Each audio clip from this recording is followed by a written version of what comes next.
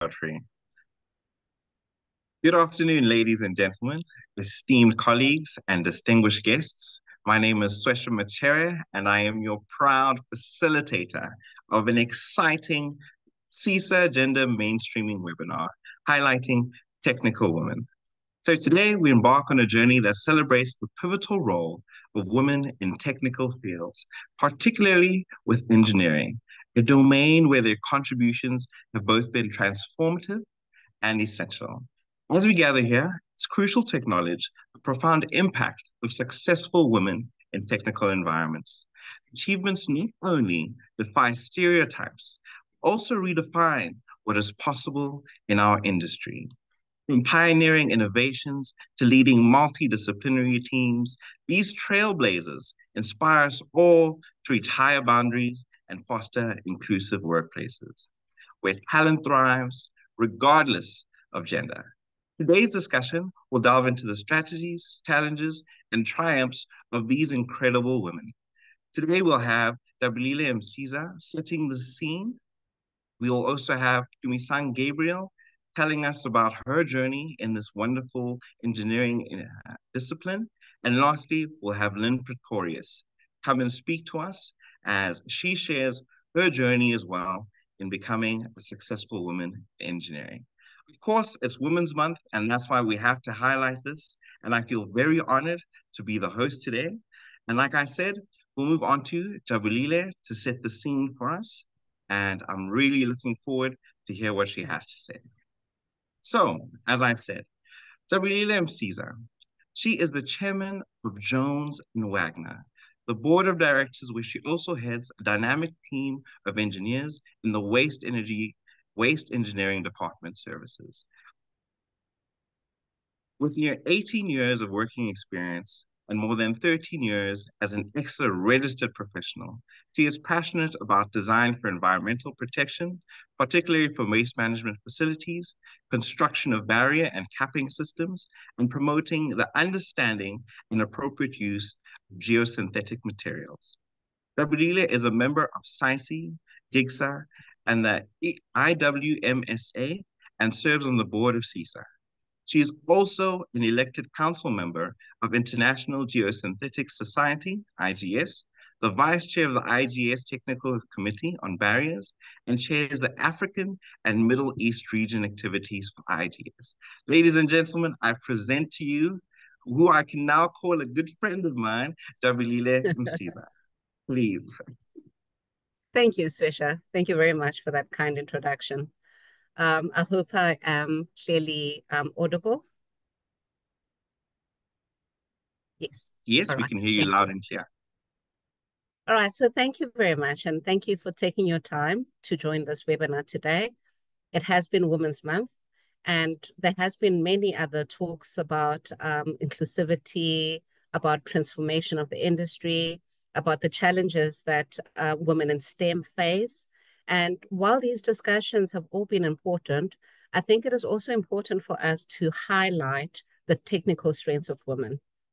One of the questions that I get asked the most, whether in interviews or anywhere I meet up with young professionals, especially women, is how long did it take, or how did you manage to get to a stage where your technical competence is not questioned? When was it where you could give an opinion, you could give advice, and it would just be taken as the best advice at that time and not have to be run past another person? I get asked, when did you get a voice to speak in technical meetings, present the design, and have questions addressed to you and not to the person you were traveling with or your boss at the time? So it seems a lot of those come up. And while we speak about how to empower yourself as a woman, I don't think we celebrate and also advocate enough in terms of the technical strengths that women have. We have many women who are powerhouses, running large professional teams, leading designs of multi-billion projects, yet sometimes we are reduced to being leaders in terms of the softer skills, right? So women are saying, okay, these are great communicators. Women are great at building wellness and taking care of the team. Women are great planners and organizers. But really is the first thing that is said about women engineers is that this is a technically strong woman. So I think it is important for us to just change the narrative a bit and bring up and promote more and advocate our technical strengths. So I just want to set that scene and say that as the Transformation and Development Committee of CESA, we are going to be showcasing women in technical roles over the next few months. And we hope that will bring across the message of the technical strengths of the women in engineering. So I just want to say thanks to our speakers. We've got Tumi Sang, who I've admired from a distance. I've seen her to be a great advocate and influencer in our industry because she's quite vocal and she's quite experienced, and that's what we want to highlight today. And Lynn, whom I first met in 2017, I had the privilege of traveling to Jakarta with Lynn. It was the prize I got to attend a conference as the Young Engineer of the Year in 2017. And I just remember just feeling so privileged to be in her presence and wishing that I had known more about her before then. I mean, to have at that stage travel with the president of CESA, and like having met her for the first time, I just felt, listen, more can be done in terms of promoting the mentors that we have so that we can inspire the next generation of powerful, technically strong women engineers. So please enjoy, participate, and please, if you've got any suggestions, drop them in the chat box. If you've got questions, drop them in the Q&A. But Swesha will let you know more about that. So thank you again, and over to you, Swesha. Thank you so much, WA. I think you really set the tone. We really do have some incredible guest speakers today, and I am so excited to introduce them. But before we do that, like Jabulile had mentioned, we do have some house rules. And the first house rule would essentially be, if you do have any questions, please feel free to put them into the chat box. We have a Q&A session right at the end where we'll be able to tap into the minds of these lovely women. So yes, moving on to our first speaker, Dumisai Gabriel. I'd like to share a quick short story of my experience with Dumisang. I remember seeing her at the CESA Aeon Awards just recently, and she had this aura about her. And I had this feeling that I knew her, but something was just holding me back from saying hi or introducing myself, only for me to realize that she started the same WhatsApp group that is helping so many of us with our PR registration. I can't believe the level of selflessness that you have really brought to the table. But yes, let me give you a real introduction here. Yumi-san Gabriel, Senior Technical Principal in Power and Energy at Smith. Yumi Gabriel is a real specialist for line engineering services at ISCOM Transmission. She holds sorry, I need to restart this. My apologies to me. I got nervous there just speaking about how great you are. Jimmy Gabriel is a senior technical principal at SMEC and former corporate specialist for line engineering services, SCOM Transmissions. She holds a BSc in electrical engineering from the University of Technology Petronas and a master's in electrical engineering from BITS. A registered professional engineer since 2008, she is also the president of Inspire the Next Movement, mentoring engineering graduates on exit registration, as I have just mentioned. Fumi has served on the Engineering Council of South Africa in various roles, including council member, chairperson of the Stakeholder Relations Committee, a vice chairperson of the Electrical Engineering Professional Advisory Committee. She is also a member of the South African Institute of Electrical Engineers and serves on its council. With over 20 years of experience in high voltage power transmission line designs, Yumi's expertise include operation, maintenance, performance improvement, and refurbishments. She has led large multidisciplinary projects and has received numerous accolades, including, as Deborah mentioned, Engineer of the Year at SCI 2017 and ESCOM 2010, and the Technology and Engineering Award for the ESCOM Women Advancement Program. If you're not excited to hear from her now, I really don't know how we can get you excited. But without further ado, I present to you Dumisani. Please take it away. Thank you so much. Good afternoon, ladies and gentlemen. I'm going to put up my presentation. Those who know me would know that I do tend to be an over talker, so I'm also going to put on my timer. So I think this slide here is quite a critical one for me to put up. I know I have been introduced, but I had to iterate that going forward, I would appreciate everyone calling me Dumisang. Gabriel, I think everyone in industry probably knows me, but they know me as Lebo Mapumulo. So I just needed to clarify that. This is just agenda, which I'm not going to spend much time on.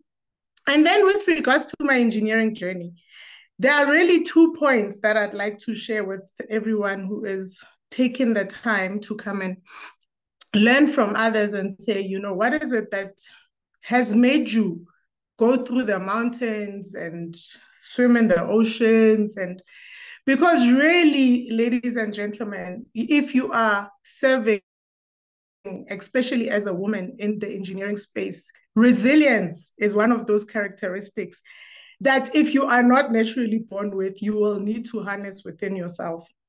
And the reason why I'm sharing that is because my personal story of how I entered engineering is a little bit different to most people that, you know, when I go to these type of events and we've got guest speakers and they talk about how they started in engineering, I always find it like, my story is one that is a little bit twisted because I see that people have been intentional about, you know, doing engineering. So firstly, let me just mention that I am a matriculant of Mondio High School. Post which, when I was in high school, you know, my passion, like my deepest passion in high school was accounting, you know. So when I finished school, I wanted to be a chartered accountant, you know. But with these career talks and everything that is published on news in terms of demand and what is shortage in terms of skills, you know, somewhere, somehow, there was a lady who spoke to my mom. This lady saw my subjects. So I was doing math, science, accounting, and biology. And this lady was like, no, no, no, no, no, no. She cannot do accounting because she's got all the STEM subjects, and which is what is required for you to do engineering.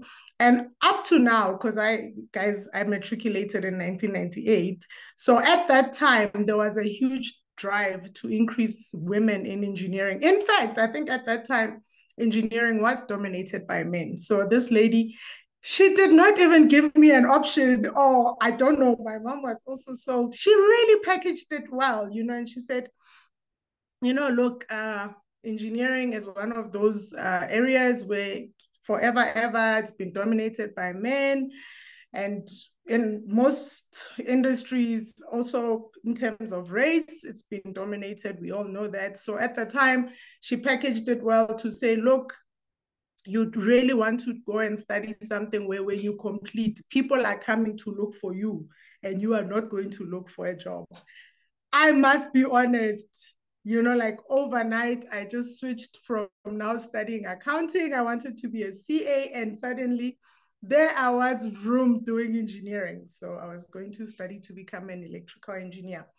I also today, because I never get to tell my story, it's very interesting. I never get to tell my story. I think the most everybody knows me with is just doing lives and sharing information on how to get your XR registration and so forth.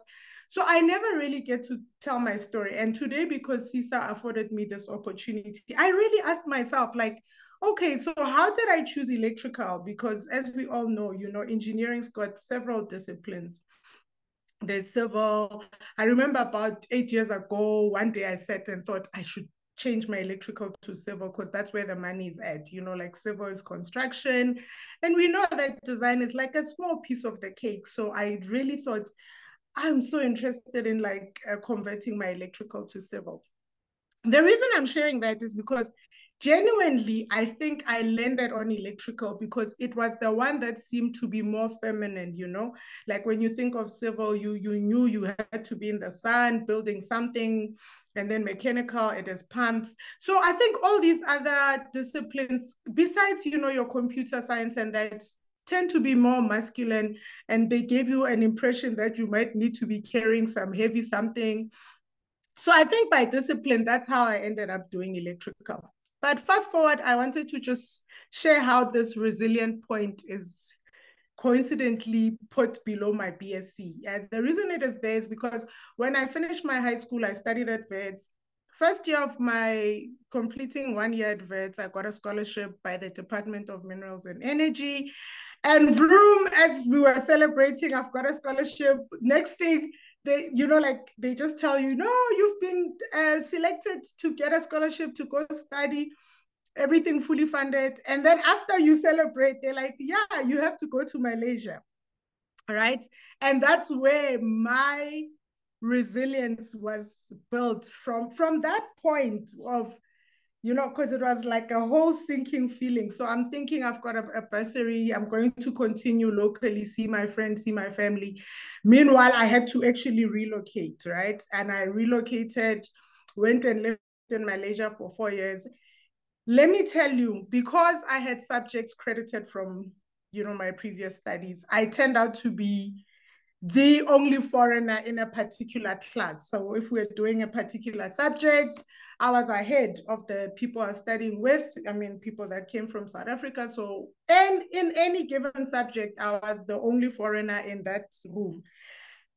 Diversity comes in to say, guys, if you are in engineering, you better learn how to deal with diverse people, people of different races, people of different age, different, all of it, because I had to actually be in spaces where when we get a project, nobody wants to work with me. Not because they don't like me or there's any other issue, but because of their language barrier. Everybody speaking Bahasa Malay, I'm speaking English. Now we got to do projects and, you know, the languages are clashing. You know, although the medium was said to be English, I mean, everybody had to learn English. So for me, I'm just saying, I luckily acquired my ability to be very resilient. Like a lot of people say, I'm very intimidating and all these other words. And I think in my defense, I just think I have seen all the challenges that can, you know, surpass anyone. Just studying at BSc is difficult enough. But if you are in an environment where doing projects and all of that, there is no teamwork, there's no collaboration. You have to get things done by yourself.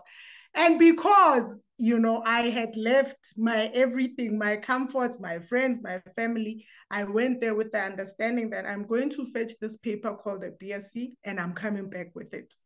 So what I want to leave with this story is that, ladies and gentlemen, whether you believe that you can or you can't, you are right, you know?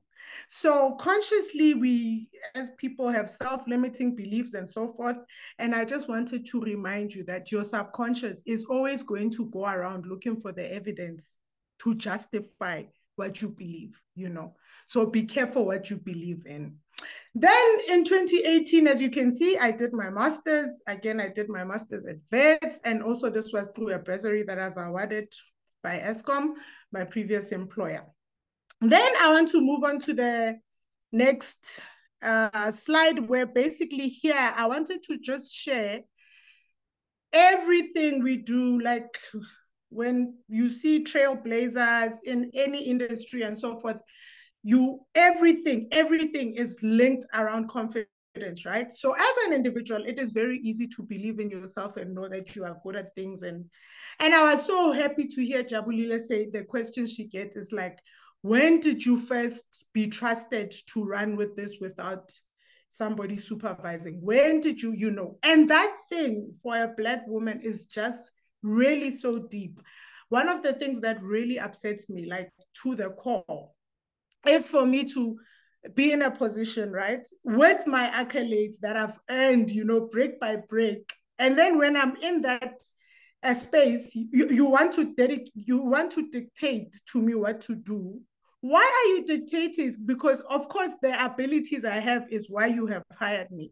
So I wanted to just say, guys, this confidence that we are talking about, it's not really about self, because I feel like we know our abilities, we know our capabilities, but people around us, because remember, once you graduate, you get into a company, your career progression is literally driven by other people. When you get promoted, when you get this and this and this and that. So I thought, you know what, let me share some confidence building strategies that I have followed that have worked for me. And even when I did them at the time, I didn't even consciously realize. But because today I got an opportunity to share my story, I thought, you know what, let me share with everyone, because everybody thinks like a lot about me, but to me, I'm just me, you know? So once you sit down and reflect, it's a little bit better, because then you maybe get a perspective, like Jabulile was saying, from a distance. And I totally think I'm just a plain ordinary person. So let's just talk about those confidence building strategies, because I want everybody to understand that wherever you need to go, it's just like a GPS, right? You know, you're leaving Midrand, you are going to Pretoria. If you get lost along the way, the GPS doesn't take you back to Midrand, guys. It doesn't. The GPS just says make a U-turn wherever, and then it carries on. So my point here is you always need to have like a final we call it a destination, but really there's never a point of arrival. So but you need to know where you want to go, right? And in the technical space, right, I want to share that first and foremost, if you don't have a clearly defined area of competence, guys, you can forget about it, because there will be, for example, your first 2 years, you're going to be trained about everything that the company does. So in my case, Eskom, it had generation, transmission, and distribution. I got training on all of it. I started working at a time where jobs were very plenty, and one could really go according to, you know, what genuinely made your heart beat. So in my case, you will see that I am a specialist for high voltage power transmission lines. Even with my previous title, you can see that. You see, even with my master's, I really did a topic that speaks about high voltage line design. So I wanted to say, guys, even when it comes to your EXA registration, you are not going to get registered unless you have a clearly defined area of competence, right? And when I say area of competence, even though people say high voltage engineering, within high voltage, you can still have substation, you can have power lines, you can have generating, you can have a turbine, you can have a boiler. So all I'm trying to say is whenever you are building and working towards reaching some point, you have to be clear about what is your area of competence. And naturally, your area of competence has to be within your discipline. So if you have a degree in electrical, nobody's going to give you a job in civil. So guys, have a clearly defined area of competence. Mentoring, I tell you now, I see in my groups, you know, we started off with one group. Now we've got 6 groups, because every time a group is full, I have to open another group. And I'm so sad to see how many people are struggling with mentors. Guys are saying, I'm supposed to get registered. I can't because I don't have a mentor. Do not make this mistake. From day one, you need to have a mentor.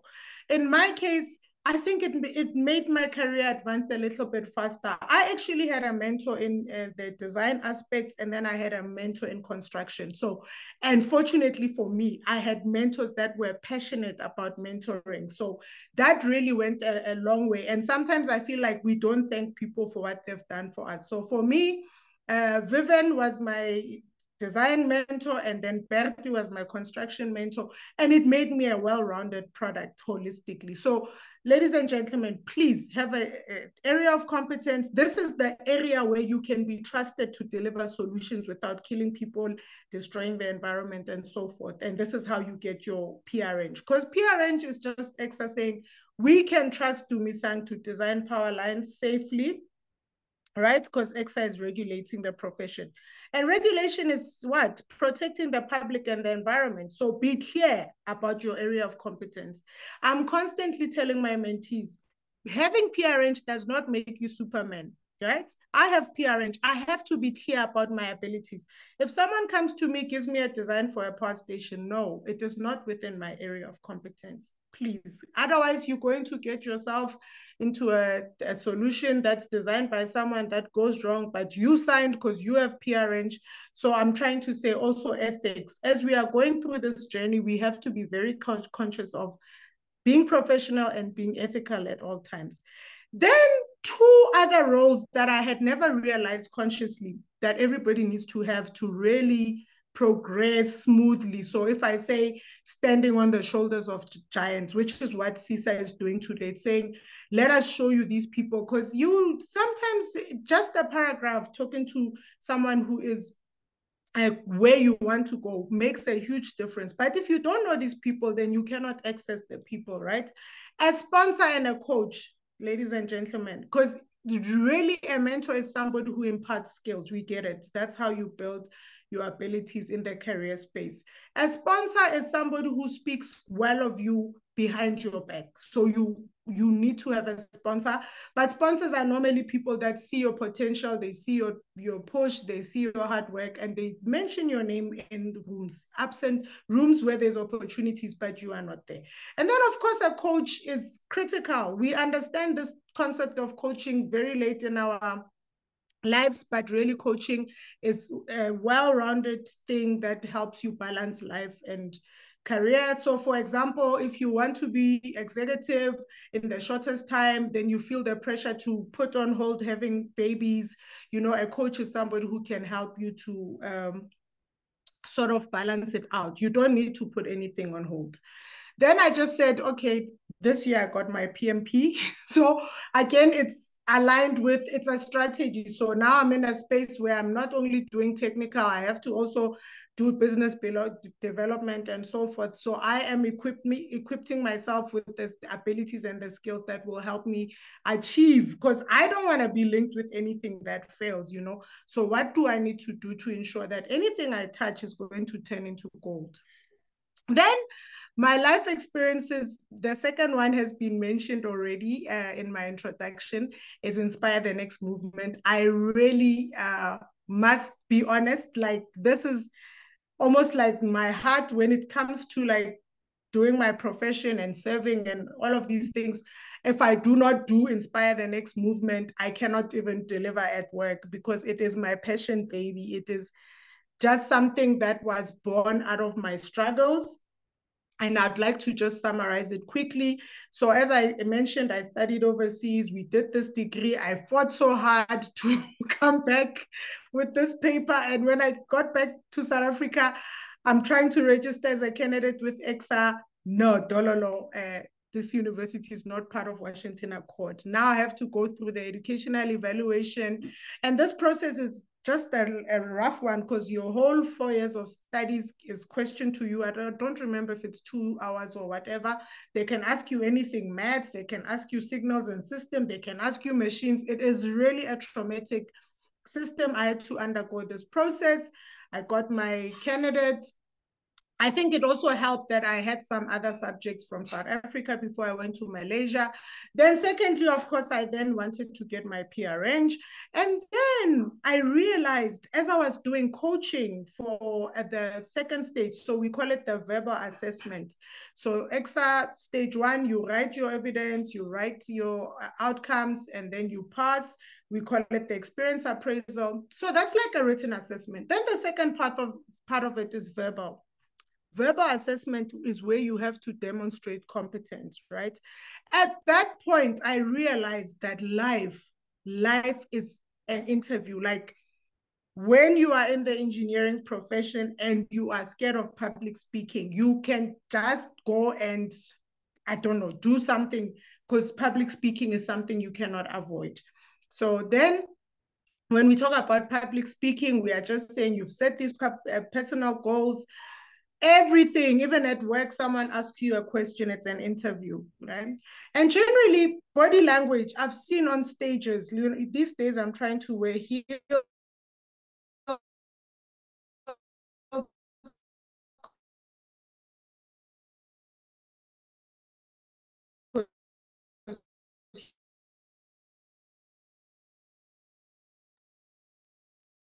Hi, Lebu.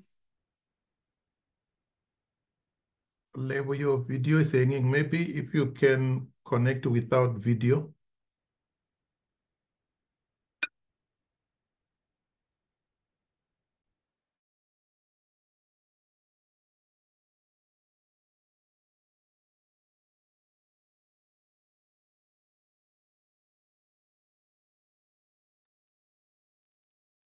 Seems we have lost our speaker shortly. We'll just give it maybe 2 more minutes for us to see if she does return.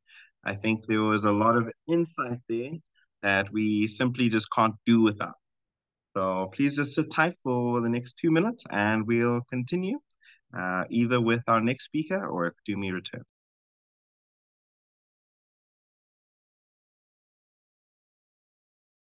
Hi, Dumi, you're on mute. I don't know what happened. Literally, I got kicked out for whatever reason. So I then wanted to close this, and I've been chowed a minute or so. By seeking feedback, one of the strongest ammunitions you can use in your career or to advance yourself is to seek feedback. When you get this feedback, please be receptive to constructive criticism. Of course, if somebody is going to just, shoot from the hip for their own, I don't know what it is. Because whenever you give feedback, if there's a problem, you cannot see a problem without a solution. If I've written you a proposal, you are not happy with the proposal, at least tell me what is missing, then I can fix it. Then I wanted to say, I see with my mentoring, you give someone feedback. Firstly, it's very difficult for them to accept, constructive feedback. Secondly, I don't know why people do not practice this art of reflecting on your own performance. I always ask them, why are you waiting for Tumisang to tell you the report is good or the report is bad or the report? Because before you come to me, you should really reflect on your own performance and also have a view and tell me, no, Tumi, you saying this, I'm saying that. So holistically, I am just saying when we go around in our career, because these things are linked to the money, the children gotta eat. I mentioned that I've got 3 children, 2 boys and 1 girl. So in everything you do in your career, I'm just saying make your message memorable, meaningful, purposeful, and impactful. When you are talking to someone, let the item end with a clearly defined, I came to achieve this and I came out with this. Then when we talk about technical versus management, I really thought to myself, to me, it seems a little bit straightforward, but I did put some points down, so I felt like because I am a woman who stayed technical, at some point I asked myself, what is really happening? Because I really stayed technical when people then started branching to, management and then executive. But for me, I feel like in terms of options, because the thing is like technical versus management, I think it is quite a straightforward thing. For me, I feel like you have to pay attention to your passion. Like, what is that thing that you do that makes you wake up and look forward to going to work? You have to know your passion, because these are like, although they could be, for example, within power lines, they are totally different. So for example, I'm very passionate about researching. If there's a problem, I want to find the answers for the problem. And of course, secondly, you all know from I love sharing information. So I'm just trying to say, this is how I refined or found myself stuck in the technical loop. Then secondly, I'm saying for all of us, let us know what is our strengths, right? Like personally, I am very good at leading things. Like I'm very good at from A to Z, what do we need? And everybody knows, even my classes are called A to Z. I am very good at taking a project or an assignment and making it happen. So in other words, because of my technical nature, I am part of the team. So I am leading. I'm also contributing. I'm setting the tone of how we want our things should be done. And I am participating I am collaborating in the technical side. Then you will see that people that are more on the management side are people who enjoy delegating, you know, they make sure that other people are doing things at the right time, at the right. And really, when you're in management, guys, you have to be good with people because you have to understand people are different. Then you have to know whoever is sensitive like this, whoever is strong like this. So, of course, if you don't have that passion for dealing with people, how are you going to manage? If you are leading, which is a technical thing, we have to design a line from Mpumalanga to Cape Town. It is an assignment. Within that assignment, it is not sensitive to people's personalities. It is about us getting to that goal. So I tend to be more technical because I am actually a leader. Like for me, I'm just yeah, I enjoy see a vision, and I can even see when we're starting at AB technical. So I'm saying, let's have a vision. If you don't have a vision, you just like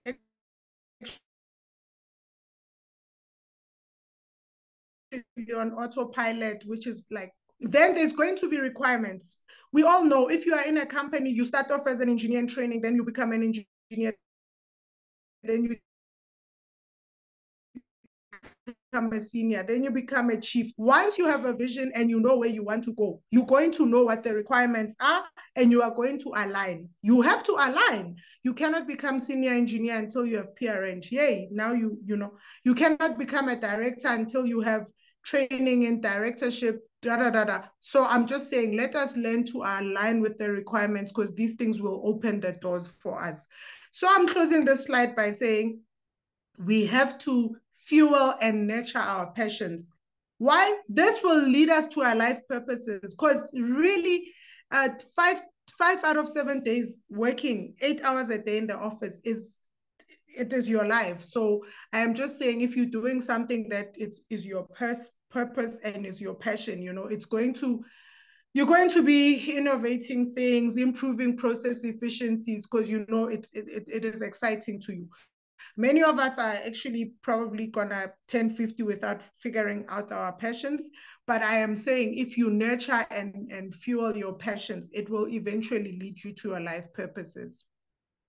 Then let's talk about access to these role models, because I think CESA's like goal is to just let people know that it can be done. Because if you are like, for example, myself in power lines, I'm in power lines of everything. We know it's mostly men. So staying as a woman in that space, you might be excited, you know, by writing papers. And I've written papers, I've presented papers in Buenos Aires, I've presented papers in other countries, I've done public participation on behalf of EXA when we, you know, like identification of engineering work and so forth. So I am just trying to say that, okay, so here we are talking about access, like how do you access these role models? Then I wanted to just say to everyone, you need to invest in yourself, you know. Some of the events you have to pay, some of the events are free. But for me, I'm just saying networking events, you have to go to those events. It's things like conferences. It is things like volunteering in industry. Do you know how many amazing people you will meet by just servicing? Because when you do work for EXA, it's not about money. It is about building the industry for our country. We all want the best for our country. So when you are volunteering in industry, it is a passion game. It is something that keeps you, you know, the fire burning. So, but I am saying these very role models you are looking for, they are there on those platforms. They are volunteering. Today I've met beautiful ladies that are volunteering at CESA. I haven't had the opportunity to volunteer at CESA much. I'm mostly dominated by EXA. Then things like publishing papers and journals. Ladies and gentlemen, going on a stage and presenting a paper, like you will not know people, but people will know you by name. And there is so much power to that. So I'm just saying to you guys, be visible, you know. as much as you want, to have access to these people, let them see you so that when you come to them, they don't feel like who's this, because you're going to start off by saying, hey, when we had that conference at where, and you won that paper, best technical paper. Yes, I was that lady. Now the person's guard is down there feeling, and they're feeling the warmth, of your passion. And now they come and start guiding you. Oh, you want to do this and this is how you're doing. This is how you go about doing it. So then I'm saying exposure is everything, ladies and gentlemen. You'll be surprised. Like, if you don't know about something, sometimes it's like being in the dark without light. So I'm just saying exposure is everything. Every time you see these events, take your time, invest in self, go and be there, be present, go and see the people. When Godfrey calls you and says, present, take it with open arms, and because it's both ways, like you helping the industry, you helping CESA, you helping other young people, you are showing them that it is possible. So I think in closing, for me, I want to thank CESA. And then secondly, I want to thank everybody who is present here, because if you want to speak, but if there's no audience, really, what kind of speaking is that? So I want to thank CESA for giving me the opportunity. Then I want to thank everyone in attendance for lending me your ears. And then in closing, one of the things I wanted to emphasize, and I think we saw it with COVID, like COVID was one of those that showed us for real. Change is the only constant, ladies and gentlemen. So you need to continuously adapt. Like, don't get comfortable. Like, change is the only constant. So if you don't learn to adapt and become flexible. And with that, I'd like to close my presentation. Thank you so much. Wow, wow, wow. That's literally all I have to say to me. I love how you proceeded by saying, I'm very ordinary, and then went into describing how many of these extraordinary things that you've been able to do and accomplish. And I think that's really the setting stone here, ladies and gentlemen. This is proof that ordinary people can do extraordinary things. And Dumi has just given us the tools and the methods and the ways to become the go-getters we need to be to succeed. Normally I'd say, let's all give a round of applause. And I would like to say that, let's react, let's show Dumi some love, let's really engage. Like I said before, we do have a chat at the bottom where we can start listing our questions, as well as, highlighting some of the ideas that we've tabled and taken away. So Dumi, once again, thank you so much for that. It really, really, really inspired so many of us. And I'm actually lost for words, genuinely. Genuinely. And before I let her go, Dumi, I think it's important for us to give you your flowers while you can smell them, and look at how many people you've impacted. There are literally 103 people, 104 people on this, and I'm sure you've touched each and every one of them. Thank you, Dumi. All right, ladies and gentlemen, we are moving on to our second guest speaker. I did not lie to you when I said CESA is producing some powerhouses for us today, ladies and gentlemen. And I really meant it. I really did mean it. And I'm so glad you're all here to experience this. I'd love to introduce Lynn Pretorius to you. She is the Director of Innovative Transport Solutions, ITS.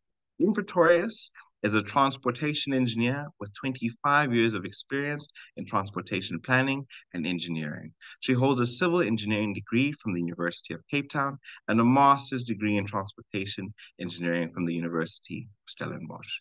Currently, she's a director at ITS in Cape Town, where she focuses on integrating land, use, and transport systems. Lynn has been actively involved in the engineering profession, serving on the CESA Transportation Committee, the board of CESA, and as CESA president. Like I said, we're in the presence of some real powerful moment, ladies and gentlemen. She is passionate about transforming the consulting engineering industry to include more young women and Black students. Without further ado, ladies and gentlemen, I'd like to present to you Lynn Pretorius. Thank you so much for being here, Lynn. We really appreciate it. Thank you, Swesha. Good afternoon, all. Thank you to CESA for placing the spotlight on female experts or technical engineers in this profession. So in the spirit of Women's Month, it's an excellent initiative to acknowledge the strides that women have made in the STEM field, to the extent that some are actually referred to as experts. I've been working in this profession for the last 30 years, and I've developed expertise in the field of transport planning and engineering, especially in the last 10 to 15 years. This was not a deliberate process of development. Similarly to what Tumisanga said, many steps were taken coincidentally, intuitively, but some were done deliberately as well. But these were all steps towards achieving my dreams and aspirations. And I must admit that at the time, it didn't feel exceptional or that I was doing anything special.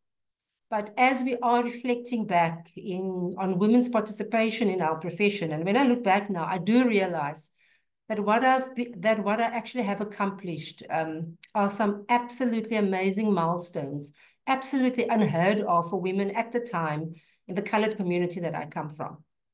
And so today I will share my story with you, but more importantly, the lessons, I think ladies and gents, the lessons, some hard lessons that I've learned along the way. So firstly, I grew up in a town called Paarl in the Western Cape. I had a reasonably happy childhood, lacking nothing. My mother was a teacher and my father worked in the civil engineering field as a clerk at a quarry, and then as an estimator at a construction firm, and then later on in his life, he qualified as a technical draftsman. So at the time, I did not think that his work in the civil engineering field in any way impacted me or inspired my career choices. But looking back now, it's pretty evident that we were inspired by my father, as both my brother and I have followed in my father's footsteps and working in the civil engineering field. I had an aptitude for maths and science, and I did really well at school. I was always first in my class or grade. But I knew at the time, I knew then that my out from wherever I was going to be through education. However, my mother made it clear that women can only become teachers, as this was the best job for a married woman, actually, that to use her words. I know that my mother meant well and only really wanted me to be the best mother and wife that I could be. And that would be to have a career that would allow me to focus on the house and the raising of my children. So the very first lesson I learned, I think looking back now, is the first lesson I learned was that as much as my mother wanted the best for me, her world was much smaller than mine. And I had greater aspirations, much bigger than she ever allowed herself to have. I dreamt, and my dream was bigger than my mother's. I was an avid reader, and through the books I read, I dreamt of a world and a career much bigger than the world that I actually knew. And so when I was in high school, Van Wykenlo, today they call Satari, visited my school, and one of the bursary students at Stellenbosch University then came to speak to us about the engineering profession. I was so taken in by the way he was talking about mathematics and how it was used to solve problems in the world that I expressed a keen interest in the discussion.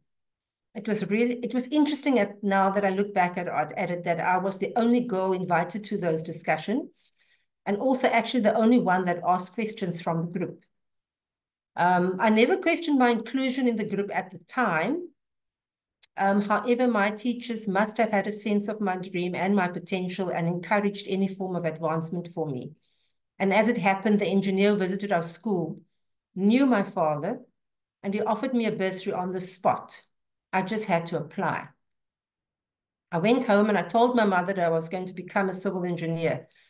But I did not know what civil engineering was, but that was actually secondary to the event, because I had just, or to the moment, because I just secured the finances to go to university. And I did not have to become a teacher, much to my mother's concern. So I think here the lesson is that opportunities are all around us. We must just show up and we must go to talks. It might just change your life. And that is really what happened to me. And so I arrived at the University of Cape Town in 1989. And for the first time, I was confronted with the gender and the race bias. My world to date at that time was fairly safe and cocooned. And I was now going to a primarily white university, sitting in a class full of men. And coming from a colored Afrikaans school, Afrikaans is still my first language. This was a huge adjustment for me.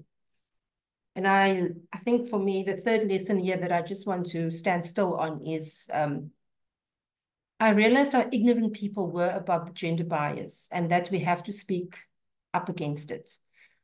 Our lecturers at the time, one in particular, would introduce images of women in bikinis as part of the lecturing material to entertain the students.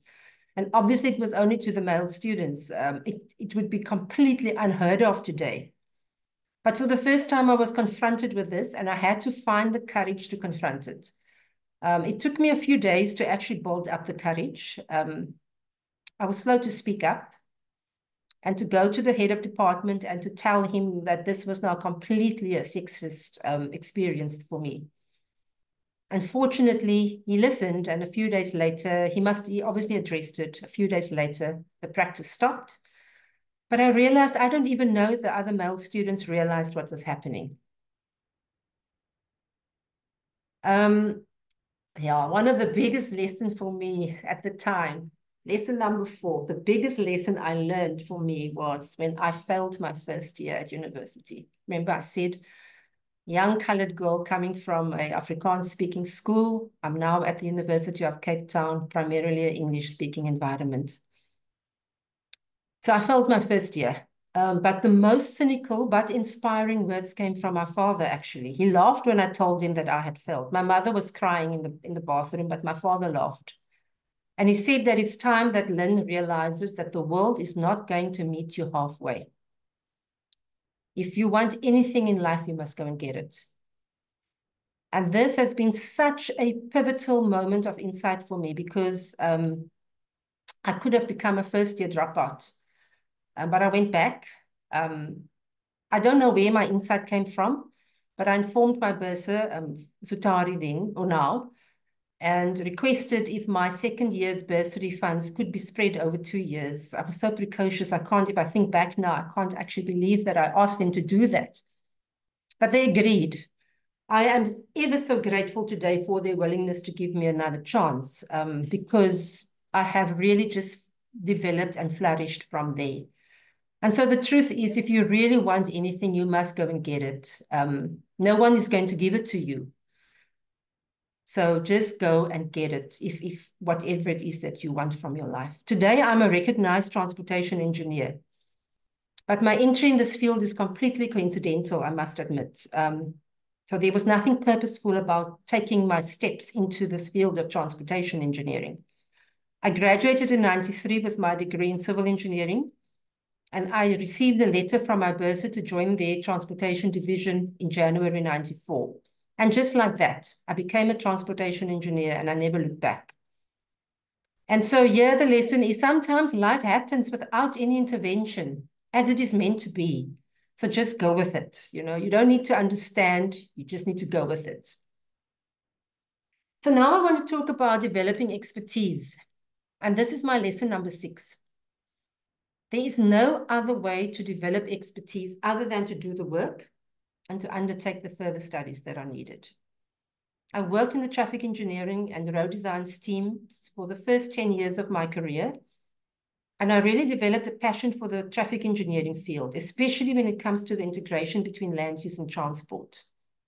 And as I would sometimes, I still say it, you know, I'm really only interested on what happens on top of the road, on top of the blacktop, and not what happens below it. And so this includes areas of expertise around road safety, intersection design, where conflicts are taking place all the time, traffic signal design to optimize traffic flow, access management, parking management, designing and planning facilities for walking and cycling, which actually became the area of my technical expertise, and public transport, and furthermore contributing towards the built environment. And so after 7 years of doing this, I decided then to pursue my master's degree in the field of transport engineering. And for the first time, I was acknowledged by my peers as a transport engineer. So So maybe here's something to be said for women who want to specialize and become technical experts. Further studies are required. Go and do your master's. Sometimes we are conflicted with having to do a master's in business administration, or do you further your master's in engineering? If you're a technical person, pursue your master's degree in your field of engineering expertise. Nowadays, there are so many opportunities available and open for the progression of Black women in the engineering profession. And it's sometimes at the expense of developing expertise. And because of empowerment policies, Black women are often fast-tracked and promoted in their careers to achieve leadership positions as soon as possible. But if not carefully managed, this sometimes comes at the expense of developing technical expertise and depth. And if you're operating in a highly technical environment, clients and your team members, and you do not have the necessary technical expertise, you can be labeled, and this is unfortunate, but you can be labeled as the BE partner, the client face of the team, the targeted enterprise member, the TE member. You know, these are the labels that we often hear.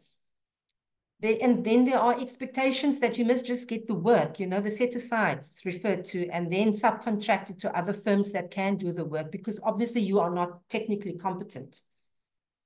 So there are obvious advantages to the promotion of female engineers in our field, but the disadvantage of these labels and practice is that women are not recognized for their technical expertise and contributions. So this is something, it's a very, very sensitive topic, and it's something that we must really, really be careful about, especially when we are talking about advancing women as technical experts. I mean, there's obviously a reason why this is being done. It's done to address the previous barriers. But there's a big however. I can only say that you must ensure that your advancement resonates with your true self. Are you an entrepreneur? Are you a manager? Are you a team leader? If not, you are being set up for failure. And this is a very, very lonely place to be in a senior position without the technical depth, know-how, and the experience for you to be operating from a position of strength. And that position of strength is really to be your true self. There are multiple roles available, and I think the other speakers also referred to it. There are multiple roles available in the profession for women. And sometimes, and most of the times, maybe not most of the times, but sometimes women are given the softer tasks. It's minute-taking, the research, management, organization, report writing, client liaison, project management, and not always given the opportunity to get their hands dirty into the details of analysis and design. And this is an unconscious bias that I've observed through the years. So as a female engineer, you really must be careful that you don't find yourself at a level in your career that at a senior level, but you do not have that technical expertise and depth that is required. Lesson number 7. People, mostly men, will make decisions about your career without you knowing about it. That is the truth. Sometimes your managers are men, and they will decide for you based on their unconscious bias about what is safe or suitable for you. A simple example would be when a male engineer is given the opportunity to go to site to get experience, to get site experience. I've heard many times that site is too dangerous and too uncomfortable for women, while my male colleagues went to site. And this site experience at the time actually enabled your male colleague to achieve professional registration sooner than what I did. However, eventually I did get my chance to go to site, and I obtained my professional registration soon thereafter. So my experience was specific around professional registration. But for some women nowadays, it could be that field work is unsafe. So you can't go to site because it's unsafe. She can't travel because she's got children. She can't attend an overseas conference because she's married and her husband won't let her go. So ladies, these discussions still happen. And you must know that your career is shaped without you even knowing about it.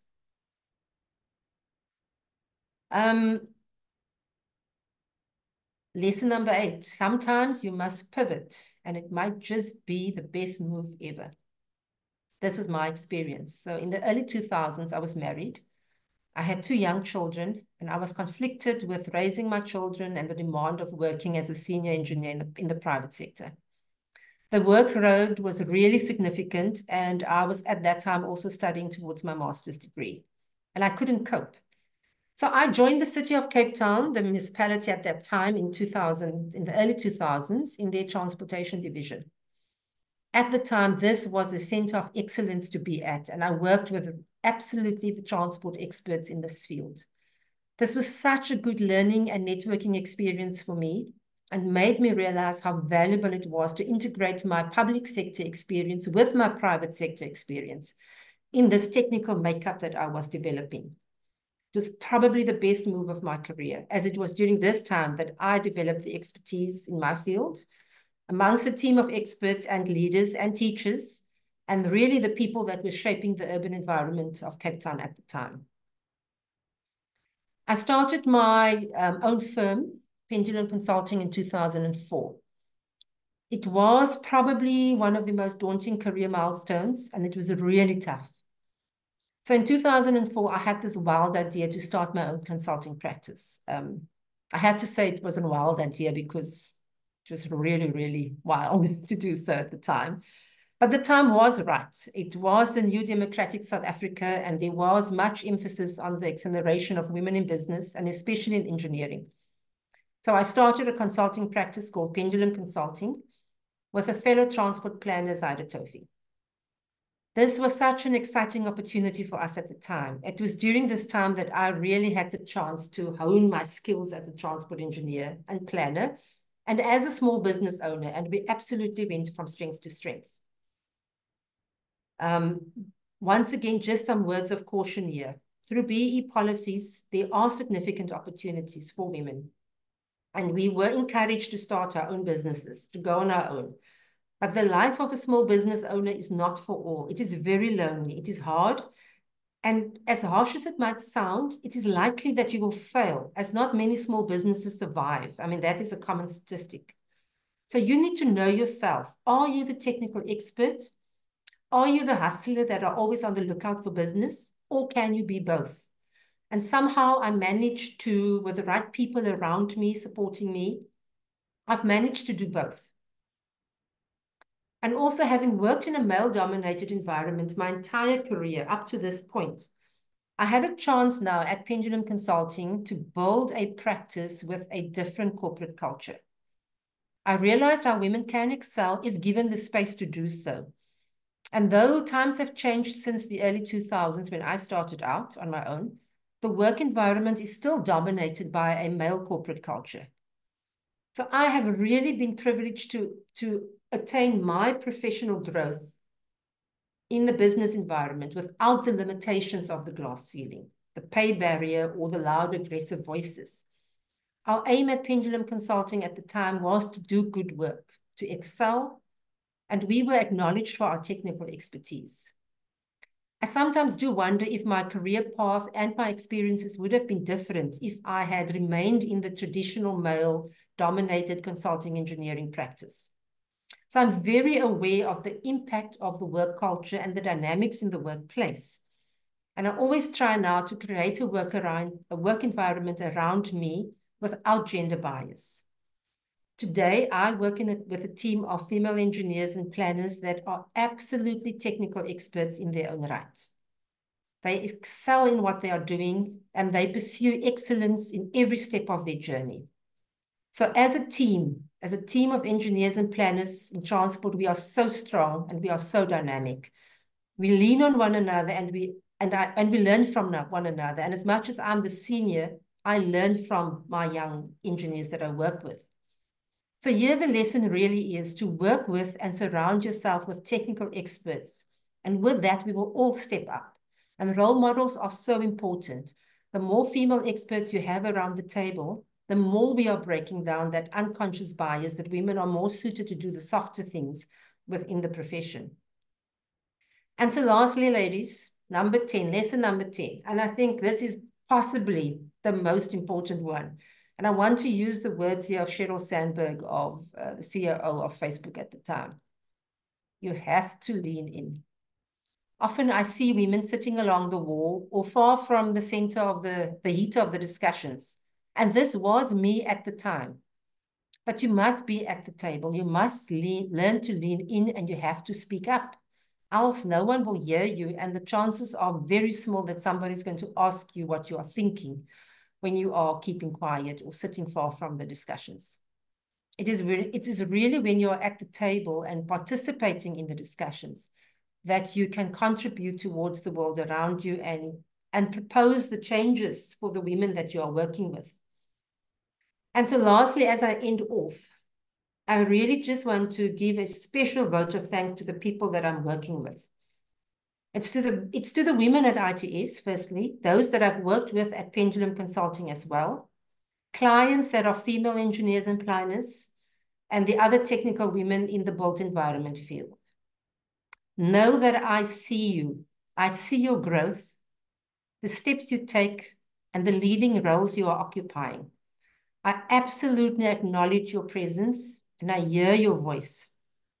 You are the women in the built environment that are absolutely inspirational and are role models to all of those that are following us.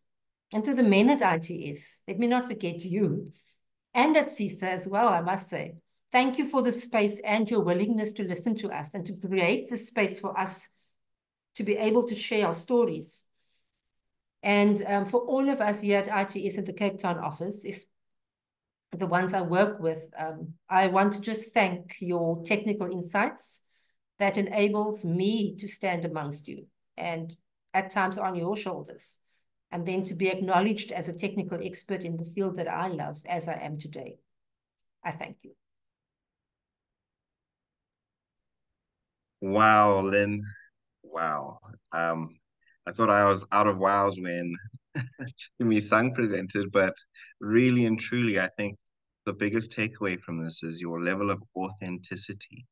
You know, for you to be so vulnerable with us and share this is really exactly what connects with people. And honestly, I understand why you're the past CESA president. Your ability to connect with people is unparalleled, Lynn. It's time to register for our masters, guys. Let's get our education. Let's continue to step on the shoulders of giants. And what an awe-inspiring chat. Honestly, what an awe-inspiring presentation. I was looking through the chats as you were talking, and there were no questions at all. There were just people singing your praises, Lynn, and we really and truly thank you for that. Yeah, Lynn, we would like to give you your flowers, and from CESA, as well as everybody here, we really appreciate insights. And yeah, thank you so much. Ladies and gentlemen, Lynn Pretorius. Oh, like I said, I'm only used to doing this in person, so we'll hear people clapping right now. But yes, I think we can move on with our program. I have stated, can you please kindly put all your questions in the Q&A tab? That is where we'll be taking the questions from. This is now the session where we can take questions and answers. I think we're in a unique position right now where we can tap into this wealth of knowledge. And our guest speakers are here, they're willing, they're capable, they're able, they're successful. Yes, please, I hope to see some questions and for us to take them. For our speakers, can you kindly put your cameras on so that we can see your gorgeous faces and pretty smiles, and hopefully that will encourage the dialogue. Yes, so I don't know, Godfrey, do you see any questions from the floor?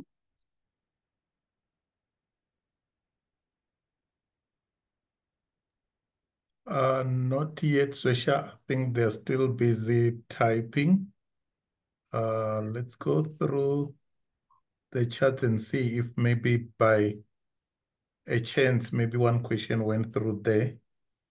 Thank you. All right, so while we're waiting for questions, there's something that Lynn, out of all the things she said, every lesson resonated. But when I opened the session and I said one of the questions I get asked a lot, and I mentioned just about being trusted to give technical advice.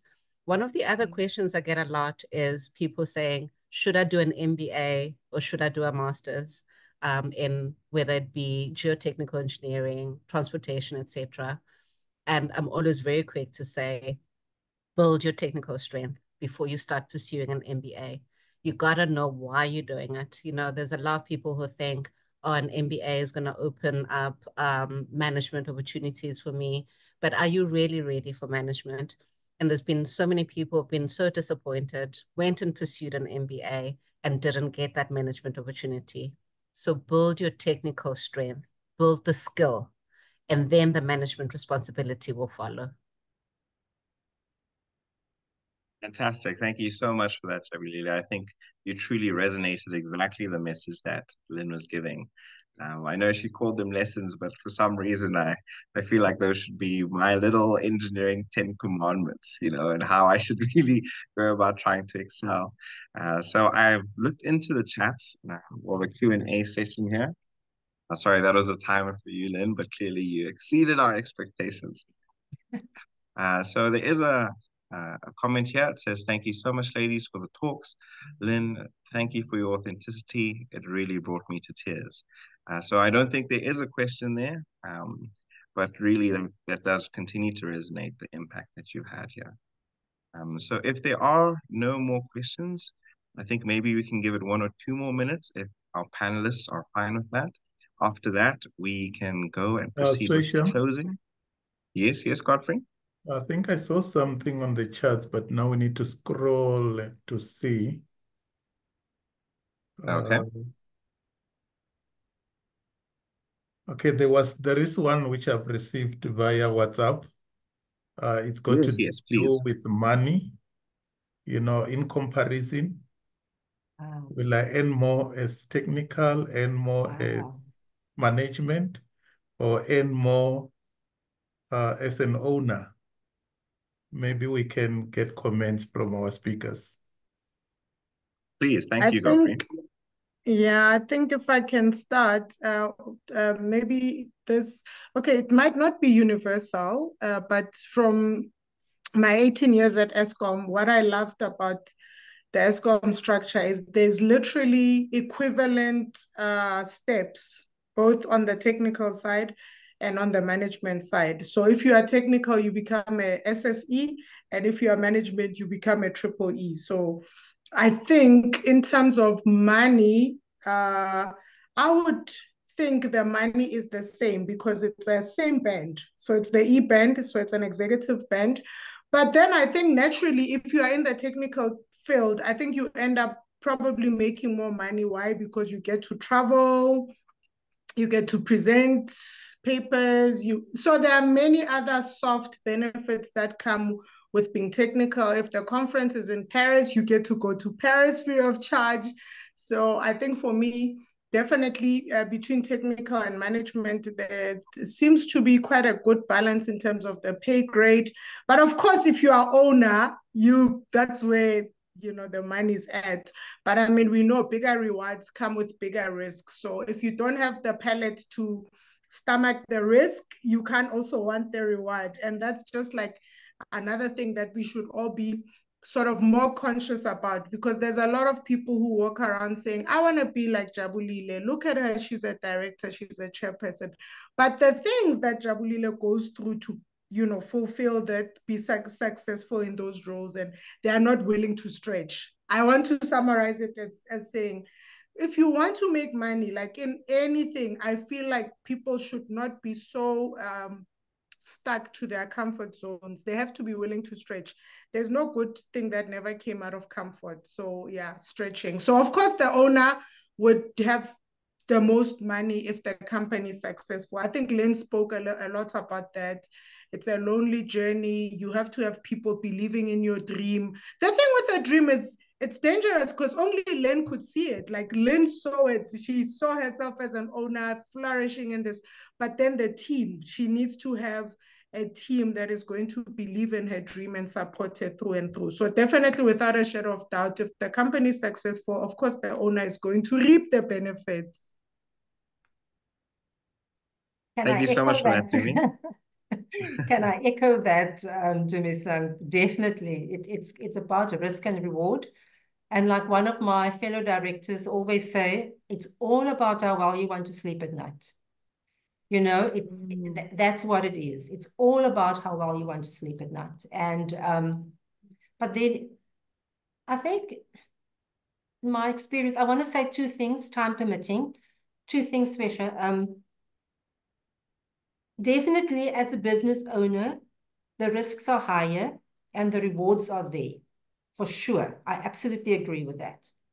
But if I must say between technical and management, in my experience, and I have not been in the public sector in a very long time, I think that you could potentially be earning a lot more money in management, depending on where you are. You'll also be earning a lot more money in the public sector. At the moment, the packages between the public and private sector, you absolutely can't compare, especially in my field. And so you find that the public sector officials at your same level or even your junior, they are earning a lot more. But then, but the last thing I just want to say, and I'm going to make use of this opportunity because I've got an audience of close to 100 people, and maybe most of them are women. And the ladies at ITS will know that I've told them this before while we are talking about money.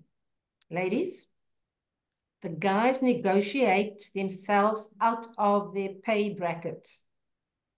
They sit there and they negotiate. I hear this, and I hear women having this, and we wait for the acknowledgement. We wait for our seniors to tell us you are now good enough to earn more money. It doesn't happen like that. And my colleagues know that I have told many of them, it's now time that you have that conversation. You must bring it up and you need to negotiate your worth. And it's not about how much should you earn. It is really about your worth. And sometimes we as women, we attach our self-worth to that salary. And if somebody else says, if somebody else does not acknowledge your worth through money, through your salary, then we take it on. But I promise you, men don't do that. It's a completely different conversation. So in the spirit of being open and transparent and having hopefully close to 100 ladies hearing me, have that hard conversation about money. Fantastic. Thank you so much for that, Lynn. Jabilile, would you also like to comment? Because I do see we have quite a few questions coming in. I'll be So very there quick might in be an saying this. opportunity. All right. Yeah, so I just want to say that, initially when you start off like the 0 to 3 year, while you're establishing yourselves, there's not much differentiation in terms of salary. And then you get to this, it's like an S curve, it goes slow and then it peaks and then it plateaus when you are becoming senior and your charge out rate is now staying quite stable. But between the 4 to 10 year range, that's where there starts being a lot of differentiation. And it could be due to how soon you register, because some companies have incentive schemes in terms of immediately giving you an increase at that stage. And then now going forward, you get an increase on a higher salary than a peer who might have been on the same level. There's also different reward systems. So when you get an opportunity for shareholding and you buy those shares and you invest in them and the company is doing well, that's great reward. There's also bonus based on merit. So a lot of companies will differentiate at that stage. It's not just a 13 check. So just know what the rewards are and what you need to do to be able to maximize on those. So that's my advice. Fantastic. Thank you so much for that. So I am going to read some of the questions in our question and answer. I think it's up to our panelists who feel they would answer it, the best.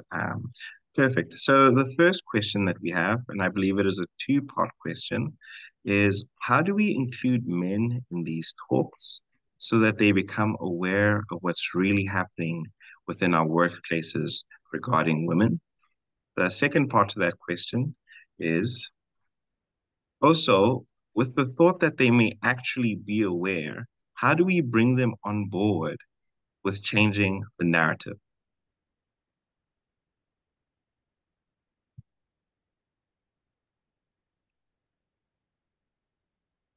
Do you want to start, Lynn?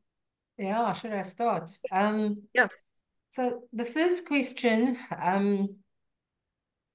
how do we, sorry, yeah, how do we include men in these talks? You know, this is a really difficult one. For a long time, for a very long time, I grew up and I've been taught that I have to, you know, brace yourself. Build up, you have your barriers up, and you just do what you need to do. And it really took a lot of time for me, and I developed confidence over time to actually acknowledge that to have the real conversation with my male colleagues, I need to be authentic about my experience and I need to bring it to the table. And no one is going to address the elephant in the room if somebody does not put their hand up and say, here's the issue. So at the same time, it is also very unfair to expect, I'm going to use the word the marginalized person, let me use that for lack of a better phrase. It is very unfair to expect the marginalized person to put their hand up and say something is wrong. But within the context of this conversation, it's very important for women, technical women, to become role models, to take up leadership positions and then speak up at that table. See it. If you see it, point it out. And it's also an opportunity for your male colleagues to learn. Because I promise you, ladies, it's ignorance. It is blunt ignorance because no one has ever told them that actually you should not be doing that. You should not be saying that. Or do you hear yourself, you know? So, but do it in a way where we all can learn and open a dialogue, open the conversation so that you can hear the experience, because I hear from my male colleagues actually that they've never even realized it's a problem, and they share their experiences and vulnerabilities with me as well. So there's a lot to be said for authenticity. There's a lot to be said for having the confidence to speak up, sitting at the table and just putting up your hand and say it. But it is, I'm also the first one to say it's a very lonely position to be in, to be that lone voice, to raise something as sensitive as that. Yeah, I just want to say as well, 100% agree with what Lynn says. We need more women in leadership positions who may advocate for those who cannot speak. Also, as CESA, for example, we've got Swesha here today facilitating the session. We're very intentional for the conversation to not just be limited to ladies. So even in our transformation and development committee, even with gender mainstreaming activities, we are intentionally including the males to be part of the conversation. When I spoke at our company's Women's Day event, I said that as peers, you know, the youngsters, when they travel to site with a junior who's their peer, they need to speak out and say, you know, I didn't like it at the meeting when this happened. I would like it next time if a question is posed to you and I did the work, you give me the opportunity to answer it. So we need to teach our peers how to respond in situations like that, so that they don't just take the spotlight when they know that you've done the work, but the client is directing the questions to them because they are male and automatically get that respect in terms of technical strength. So they should say, if the question goes to Jonathan, Jonathan should say, no, that's a great question, but you know, it was Lydia who did this work. I think she would be best to answer that question. So as you're driving back from site or from the meeting, say, I didn't like it when you didn't give me the opportunity to answer the question. Next time, please do that. And then you change it at the peer level, and then you report it up as well to someone who can advocate at a management level for you. Fantastic. Thank you for that, ladies. I do have question or panelist specific questions now. So I'd like to maybe start with you, Jabulile. The question here is, do CESA have any graduate initiatives? Yeah, so there are a number of initiatives. There is a panel for employment, so people can post there if they're seeking employment. But there's the Young Professionals Forum, where people can join that and get access to all the training and events that are happening there and empowerment that is happening there. I mean, last week we had that CESA Investec session, which I wish a lot more young professionals could have attended. But CESA has various committees and all of them consider the young professional, whether it be the technical committees, the practice sessions, the quality and risk. Everywhere we are trying to involve the young professional and empower them. So please send your emails to Godfrey, to Bonolo. You will be directed in terms of what you need assistance with. Fantastic. Thank you, Jabulila. I'm sure they'll be able to reach out and get everything that they need. So this next question is for you, Dumi-san. It says, hi, Dumi. How do we encourage the young girls within the space? They keep on getting these critics from gray beards, and it discourages them. They end up not registering for their PR eng. Yeah, so I feel, so that's actually how my movement was birthed, because you could see lack of support, you know, for certain people, which is discouraging, you know, like, for example, I said, you will never come right with PR eng if you don't have mentors. And by the way, when I say PR eng, I'm talking for all technologist, technician. It's just that I'm an engineer. That's why I say PR eng. So yeah, it is discouraging. So that's why for me, I have put myself in the front to bridge that gap. You know, when they come to me and they say, this and this is happening, how should I handle this? So I think access to guidance and access to sort of tools and techniques that people can use to overcome certain things is really like the only solution.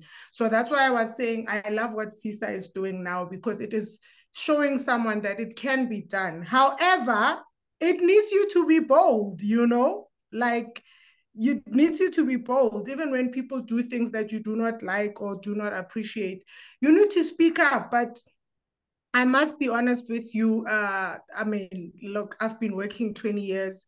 It's a long time, but for some like odd reason, some of the male counterparts are not ready to listen. You know, so I'm like somebody who is, I've passed my line of being brave. I'm actually courageous, you know, and I tend to be very upfront about things, what I believe in, what I don't believe, what is right, what is wrong. And unfortunately, I kind of have observed sometimes that some spaces are not ready for those conversations. Nevertheless, it takes one person to, you know, speak up in a open platform like this one, and then it triggers the next and triggers the next and triggers the next. That's why I've got these WhatsApp groups, because when somebody's feeling restless, like, I mean, most of the people I've helped are people who had given up on registration. They said, I don't have a mentor, I don't know what to write, I don't know, and then you make it doable for them, you know, regardless of the absent support within the company, you make it doable from the outside. So I think for us, let us all learn to share. Like, if you have solutions for certain things, put yourself out there. I tell my mentees all the time, sharing is caring. I know it sounds like very shallow, but this is a real thing. Like, if you have a solution of how to solve a problem, please be accessible. Please share with other people. It's not everything is about money. You help these people, and you know that whole, I call it inspire the next, because I always tell them what I'm teaching you guys is for you guys to pass it on to the next, because I'm old now. I can't keep reviewing reports, and you know, so I'm kind of teaching them, please take the baton from me. So I think what it needs is like the more people like what we're doing today are accessible, right? You will see that people will not get stuck, because if they feel stuck, they will text CESA and say, hey, Jabulile spoke about being a director. I need some guidance. Oh, I have this. Oh, XR register. And then they can, well, I'm very accessible with my 6 WhatsApp groups. But I'm just trying to say, when people are demotivating you in the workplace, don't limit yourself to those walls. Always go above and beyond to find the answers. And for me, I'm like, you know, the red card, I think everybody knows the red card theory. If you are looking for something, you will find it, right? So I'm just saying, perhaps before people feel discouraged, rather put out there, I've got this problem, look for the answer. I promise you the answer will come to you. Fantastic. Ladies and gentlemen, it is exactly 2 p.m. on the dot, but I have been given the opportunity to extend it if our panelists are willing to answer one or two more questions. We can either say no and we can close it off here. Godfrey, any guidance from you?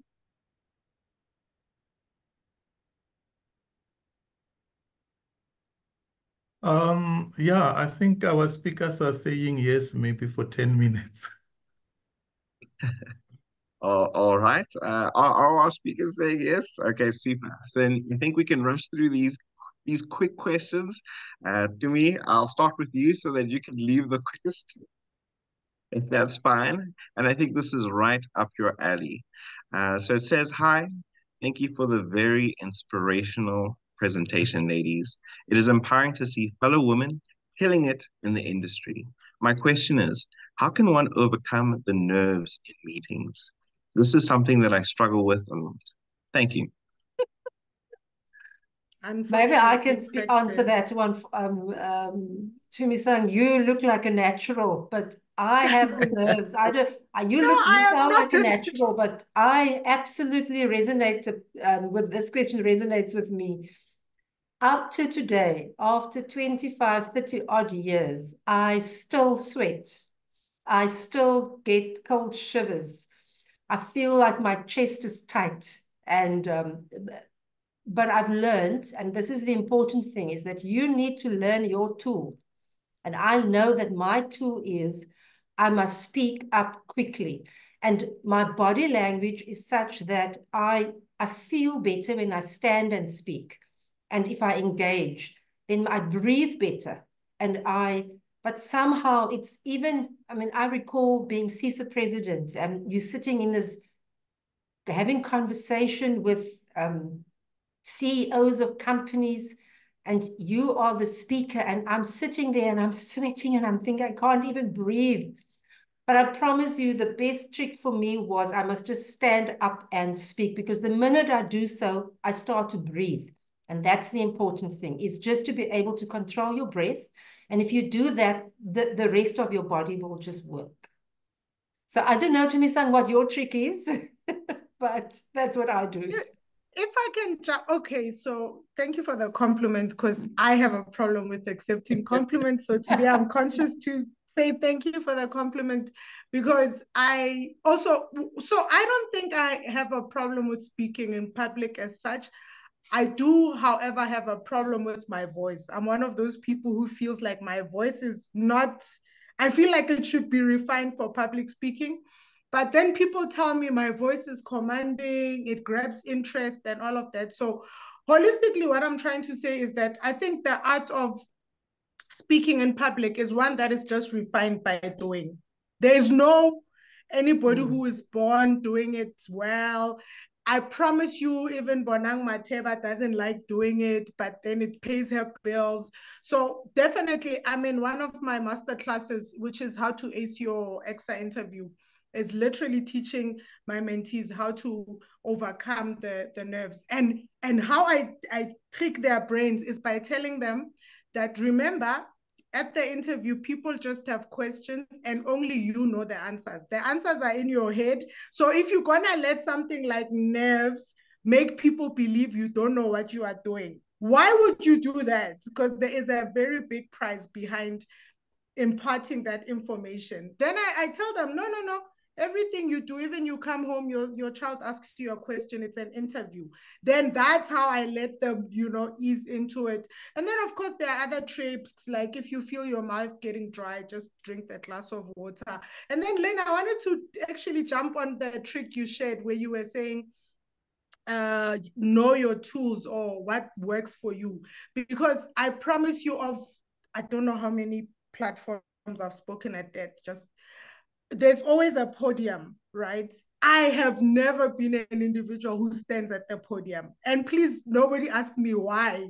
So I think when you said understand your body and your tools, I am somebody who walks up and down the stage. I tend to use my hands a lot. But I've heard Lucy Tembagwayo saying the best way to reach people is to stand in one position.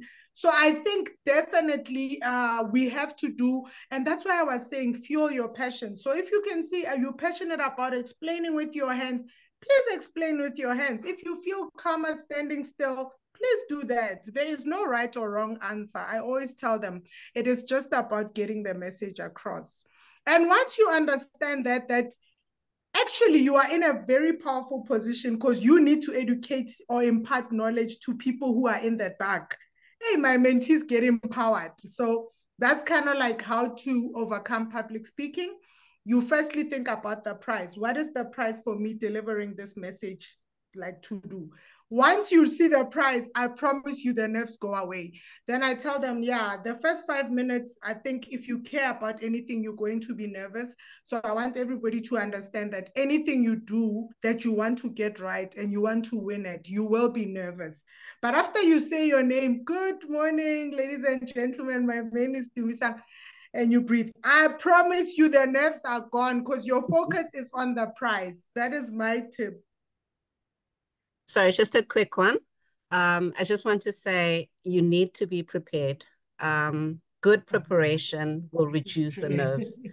So be prepared and arrive on time, arrive early so that you can read the room, know where people are going to be standing, so that you're not nervous. You know, you get up there now, you're trying to make up for late coming or this or that. So be prepared, arrive on time. And like Tumisang says, once you start, it will go easier. Absolutely If I can add fantastic. to that, Jabulile, there is, I need to just add this because this is really big. What you just said, like you kind of have to mimic the environment. Like my mentees know, we even record dry runs, they watch themselves. I want them to see what the people are seeing so that they have content that they are doing it right. But recently with my PMP, I learned a very deep lesson that mimicking the environment of how the thing is going to happen is very critical, you know, because you study now, you're looking at questions, but there, every question you're given a minute, you know, so you have to actually simulate similar to what is going to be happening. And I think that goes a very long way. Even if you take your colleagues, present to them and pretend they're the panel, you know, just mimic what is actually going to happen. Fantastic. Ladies and gentlemen, I think we have come to the end of a fantastic session here. I'd like to thank you all for joining us today for the CESA Gender Mainstreaming Technical Session. It has been truly inspiring to hear from our esteemed speakers who have shared their invaluable insights and expertise on highlighting and advancing women in our industry. Your contributions have illuminated the path forward and emphasized the critical importance of gender mainstreaming in our workplace. I'd like to thank Jabilile specifically. I'd like to thank Lynn specifically, Dumi Sang specifically for really lending us your time. We know how busy you are, as well as Godfrey and CESA for another fantastic event. As we mentioned earlier, please keep looking out for our Technical Women series. We plan on inspiring you some more, and we can see that the fact that 85% of our members are still online in extra time. We know that this is definitely something we need. So with that, I'd like to close off the session and say, I hope you have a fantastic day further and a great life if we never see each other again. So thank you all and goodbye. Cheers.